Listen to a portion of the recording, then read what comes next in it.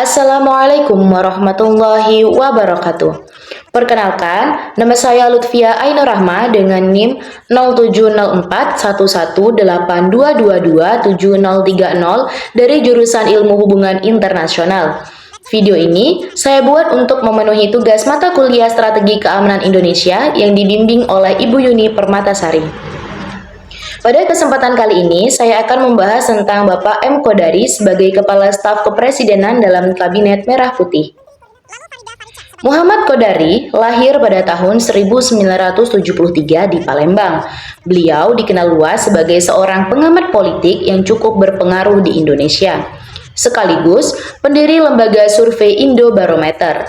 Latar belakang akademiknya juga kuat, karena Bapak Kodari meraih gelar doktor politik dari Universitas Gadjah Mada dengan fokus pada dinamika politik nasional dan perilaku pemilih. Selama karirnya, Bapak Kodari sering hadir di ruang publik sebagai analis politik yang tajam, memberikan komentar dan pandangan terkait kebijakan pemerintah maupun dinamika partai politik. Kredibilitas inilah yang kemudian menjadi salah satu modal besar dalam perjalanan karirnya. Pada 17 September 2025 lalu, melalui keputusan Presiden, Bapak Kodari resmi diangkat sebagai Kepala Staf Kepresidenan, menggantikan Bapak A.M. Putranto. Keputusan ini dianggap tidak terlepas dari pengalamannya dalam membaca arah politik, kemampuannya di bidang komunikasi publik, serta faktor kedekatannya dengan lingkaran politik Presiden Prabowo.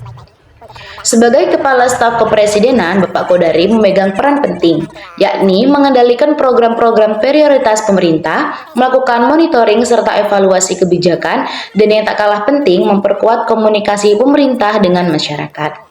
Jabatan ini menempatkannya sebagai figur kunci dalam menjaga hubungan antara pemerintah dan publik, sekaligus memastikan bahwa visi Presiden bisa diterjemahkan ke dalam aksi nyata.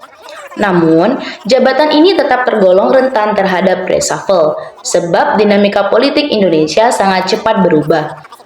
Posisi Kepala Staf Kepresidenan berada di pusat koordinasi kebijakan, sehingga jika ada perubahan strategi politik atau kebutuhan akan figur baru, pergantian jabatan bisa saja terjadi sewaktu-waktu.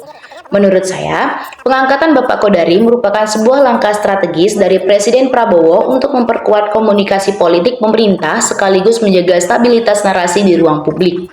Dengan latar belakangnya sebagai pengamat politik dan pendiri lembaga survei, Bapak Kodari memiliki modal besar untuk membaca opini publik dan menyusun strategi komunikasi yang efektif. Namun, kekuatan yang sama juga bisa menjadi tantangan jika ke depan terjadi perbedaan kepentingan politik, perubahan arah kebijakan, atau muncul figur lain yang dianggap lebih relevan. Maka potensi reshuffle tetap terbuka. Dengan kata lain, pengangkatan ini bukan hanya simbol kepercayaan, tetapi juga mengandung resiko perubahan di masa mendatang. Demikian penjelasan singkat dari saya akhiri. Wassalamualaikum warahmatullahi wabarakatuh.